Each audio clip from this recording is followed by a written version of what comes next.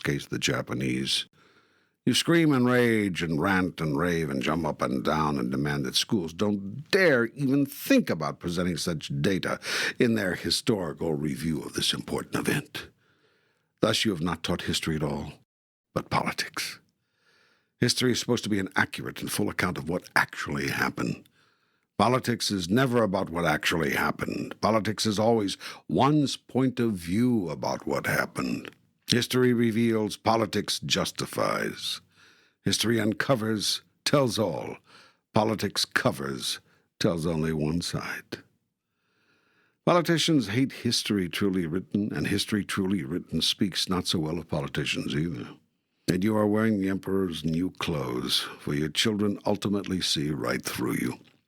Children taught to critically think, look at your history and say, how my parents and elders have deluded themselves. This you cannot tolerate, so you drum it out of them.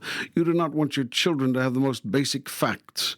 You want them to have your take on the facts. Well, I think you're exaggerating here. I think you've taken this argument a little far. Really? Most people in your society don't even want their children to know the most basic facts of life. People went bananas when schools simply started teaching children how the human body functions. Now you're not supposed to tell children how AIDS is transmitted, or how to stop it from being transmitted. Unless, of course, you tell them from a particular point of view how to avoid AIDS. Then it is all right.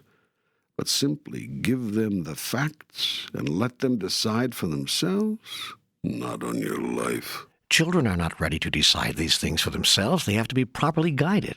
Have you looked at your world lately? What? What about it?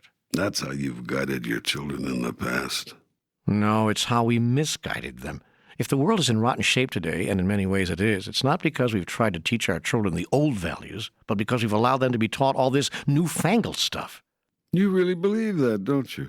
You're damned right I really believe it. If we just kept our children limited to the 3 R's instead of feeding them all this critical thinking garbage, we'd be a lot better off today. If we kept so-called sex education out of the classroom and in the home where it belonged, we wouldn't be seeing teenagers having babies and single mothers at 17 applying for welfare and a world run amok. If we'd insisted that our young ones live by our moral standards rather than letting them go off and create their own, we wouldn't have turned our once strong, vibrant nation into a pitiable imitation of its former self.